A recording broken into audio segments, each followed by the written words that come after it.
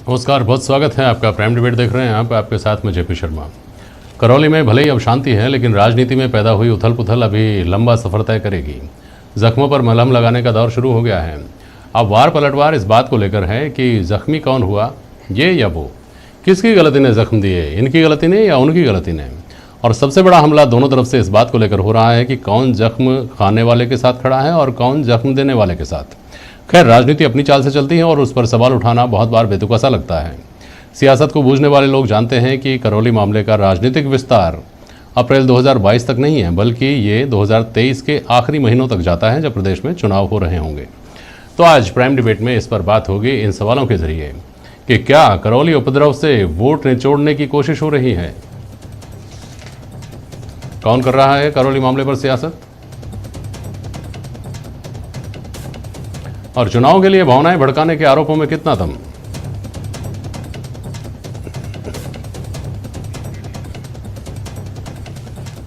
कांग्रेस प्रवक्ता स्वर्णिम चतुर्वेदी जी हमारे साथ, भाजपा प्रवक्ता राखी राठौड़ मैडम हैं हमारे साथ, और महेश शर्मा जी हैं वरिष्ठ पत्रकार। बहुत स्वागत है आप सभी का। पहले आप दोनों राजनीतिक मित्र जो जिनकी पार्टी एक दूसरे पर सियासत करने के आरोप लगा रही है, थोड़ा ये समझा दीजिए एक एक करके कि कौन कैसे सियासत कर रहा है। स्वर्णिम जी आप बोलिए, फिर राखी जी आपके पास आता हूँ। बोलिए स्वर्णिम जी।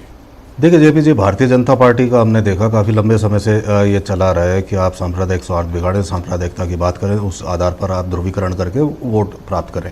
चाहे किसी भी राज्य में कुछ घटना होती हो, लेकिन पूरे देश भर में जो भारतीय जनता पार्टी के नेता हैं वो सांप्रदायिकता का माहौल बनाने लगते हैं। और ये सीधी सी बात है कि भारतीय जनता पार्टी के पास अब चुनावों में उतरने के लिए इसके अलावा और कोई रास्ता रहा नहीं है।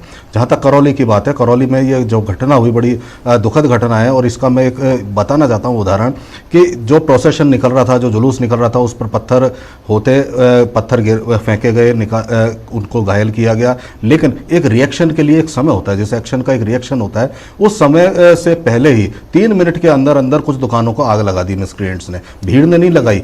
अगर रिएक्शन होता है तो मॉब का रिएक्शन होता है। वहाँ पे कुछ लोगों ने दुकानों को, एक शेष विशेष के जो संप्रदाय के लोग हैं उनकी दुकानों को आग लगाई, और आग लगाने के साथ ही ये माहौल चालू हुआ। लेकिन पुलिस ने तुरंत कार्रवाई करते हुए वहाँ पे स्थिति को संभाला।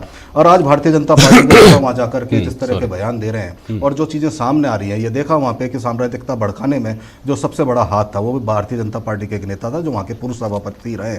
और उनकी आज माँ जो है वहाँ पे, वहाँ के पास से ही जो प्रधान भी चुनी गई हैं, और उनकी पत्नी भी जयपुर में बड़ी नेता हैं। तो ये सब नाम आ रहे हैं सामने। SIT गठित हुई है, शीघ्र ही जो एक षड्यंत्र के तहत ये कार्रवाई की गई। षड्यंत्र सारी जांच हो गई, आपके पास सारी रिपोर्ट्स आ गई है कि इस तरीके से नारेबाजी हुई, पत्थरबाजी हुई, और थोड़ी सी पत्थरबाजी होती है, कुछ मिस्क्रिएंट्स ने आग भी लगा दी, ये सारी रिपोर्ट्स आ गई आपके पास? देखिए, मैं राजनीति से अगर जुड़ा हुआ हूँ, देखिए सुनिए, इसका मतलब पुलिस SIT जो आपको जांच रिपोर्ट देगी वो तो देगी, लेकिन हम राजनीति से जुड़े हुए हैं। अगर हमारे भी वहाँ पे संपर्क होते हैं, हमारे भी लोग होते हैं, हमारे भी कार्यकर्ता होते हैं, जो हमारे पास सारी सूचनाएं आती हैं। मैं नहीं जानता, बीजेपी के पास भी आती होगी, सबके पास आती है, सबके कार्यकर्ता होते हैं। लेकिन ये बात तथ्य है और ये सही है, और ये सबको पता है। वहाँ पे करौली के अगर किसी भी नागरिक से आप पूछेंगे, जो बाजार चूंकि बंद था उस दिन और छुट्टी थी, और खाली जो बंद दुकानों में एकदम से आकर के लोगों को अचानक पता पड़ा कि तो आग भी लग गई है। और जब जुलूस शुरू हुआ उसके पहले से इस तरह के मैसेजेस सोशल मीडिया पे डालने चालू कर दिए गए कि साहब हमला हो गया, जबकि हमला नहीं हुआ था तब तक। ये तो एक काफी लंबे जुलूस निकलने के बाद हुआ। तो ये एक कहीं ना कहीं षड्यंत्र का ये एक हिस्सा था, जिस षड्यंत्र को नाकामयाब किया गया। मैं आता हूँ आपके पास वापस। राखी राठौड़ की प्रतिक्रिया ले लूँ, फिर आता हूँ आपके पास। बोलिए राखी जी। देखिए, एक कहावत है जेपी शर्मा जी, रोम जल रहा था तो नीरो बांसुरी बजा रहा था। हमारे मुख्यमंत्री, जो हमारे राजस्थान प्रदेश के गृह मंत्री भी हैं, वो इस ख्वाब में कि 2023 के अंदर फिर से सरकार बनाएंगे, लॉ एंड ऑर्डर की स्थिति को अब तक की राजस्थान की सबसे दयनीय स्थिति में सबसे डाउन लेवल पर ला करके खड़ा कर दिया है। जिस तरह से स्वर्णिम जी कह रहे थे कि खुफिया तंत्र क्या ये काम नहीं कर रहा था कि जो प्रोसेशन वहां से गया, जिसकी परमिशन पहले से प्रशासन से ली थी, उस रास्ते के अंदर क्यों हुआ ऐसा कि उस मस्जिद के ऊपर, उस जिम के ऊपर इतने सारे पत्थर इकट्ठे हुए? क्या ये पत्थर एक दिन का काम था? क्यों नहीं ड्रोन से सर्वे कराया गया? क्यों नहीं आपको पहले से अंदाजा था इस बात का कि वहां पर कोई इस तरह की घटनाएं हो सकती हैं? जो भी लॉ एंड ऑर्डर को खराब करे, चाहे किसी भी पक्ष का हो, उस पर एक्शन होना चाहिए, और यही प्रशासन की सबसे बड़ी और प्रमुख जिम्मेदारी है। बिना जांच किए आप अलग अलग स्टेटमेंट्स देते हैं। मुख्यमंत्री जी देखिए, अपनी जिम्मेदारी से बचने के लिए किस तरह से उन्होंने हमारे राष्ट्रीय अध्यक्ष जी के बारे में बात करी। उन्होंने ये कहा कि उनके आने से ऐसा हुआ, जबकि देखा जाए तो उनके लॉ एंड ऑर्डर की स्थिति, बहुत सारे उदाहरण मैं दूं आपको, चाहे छबड़ा वाला एग्जाम्पल हो, चाहे 12 का एग्जाम्पल हो, उनमें सब में ऐसा हुआ कि लॉ एंड ऑर्डर की स्थिति खराब हुई, और क्योंकि वहां पर कोई एक्शन नहीं नहीं हुआ और इसीलिए कानून व्यवस्था जो है वो खराब हुई। अभी अभी आप दिखा रहे थे कोटा के अंदर जिस देवा गुजर की डेथ हुई, जिसको मर्डर किया गया, उसके बाद लोगों ने वहां की सरकारी बसों को जला दिया। आप देखिए, एक गैर कानूनी काम होने के बाद में जनता अपने हाथ में कानून को ले रही है। ये स्थिति राजस्थान के अंदर लॉ एंड ऑर्डर की अब हो चुकी है। जोधपुर डिस्कॉम ने जिस तरह का आदेश निकाला, एक अपीजमेंट की एक पराकाष्ठा है। आप इस तरह के आदेश निकालते हैं और फिर उसको वापस रिटर्न करते हैं। क्यों? हमारा नवरात्रों का त्योहार नहीं है, आप जो भी सुविधाएं दें सबके लिए दीजिए ना, कहां प्रॉब्लम है। लेकिन जो कांग्रेस है वो ये काम नहीं करेगी, उनको एक समुदाय विशेष के साथ में ही प्रेम है विशेष।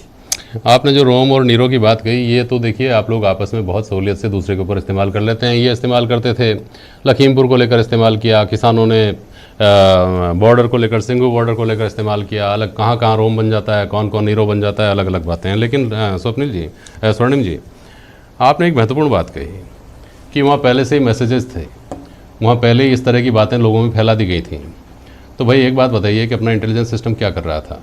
देखिए, मैं आपको ये बता रहा हूं कि जो नहीं पता था, और पता था अगर तो फिर तो और भी बड़ा फेल्योर है। नहीं पता था तो भी फेल्योर है। देखिए, मैंने एक सवाल और जुड़ता है इसमें, वो भी सुन लीजिए कि आपकी तरफ से ये आधिकारिक तौर पर कहा गया है कि तैयारी तो भाजपा की तरफ से पूरे राजस्थान में दंगा भड़काने की थी, लेकिन करौली में ही सफल हो पाए। तो करौली में ऐसा क्या था कि सफल हो गए और बाकी सारे राजस्थान में आपने विफल कर दिया? आप करौली में क्यों नहीं विफल कर पाए इनके मंसूबे? देखिए, मैं आपको दोनों बातों का जवाब दे देता हूँ। मैंने आपको ये बताया अभी कि जब प्रोसेशन स्टार्ट हुआ, जब जुलूस स्टार्ट हुआ, उसके साथ ही वहाँ मैसेजेस होने स्टार्ट हुए थे। एक दिन पहले, 2 घंटे 4 घंटे पहले नहीं, उसके साथ चालू है कि ये ऐसे झगड़ा हो गया है, जो मैंने आपको बताया। और उसी का परिणाम हुआ कि आप देखें कि एक जो मॉब की क्लैश होती है, 2 समुदायों के आपस में झगड़ा जो क्लैश होता है, उसको वहाँ पे पुलिस ने रोका, क्योंकि पुलिस वहाँ पे सजग थी, पुलिस को ही कुछ ना कुछ जानकारी मिली। लेकिन भाजपा वाले तो कहते हैं कि पीएफआई के पास आपसे ज्यादा इंटेलिजेंस था, उन्होंने आपको 2 दिन पहले कह दिया था। मैंने अभी देखा, हाँ बिल्कुल सही है, मैंने अभी स्टेटमेंट देखा कि भारतीय जनता पार्टी के राजेंद्र राठौड़ जी ये कहते हैं कि पीएफआई पर बैन लगना चाहिए। तो मैं तो पूछना चाहता हूँ कि केंद्र सरकार क्या कर रही है? केंद्रीय संस्था है, केंद्र सरकार के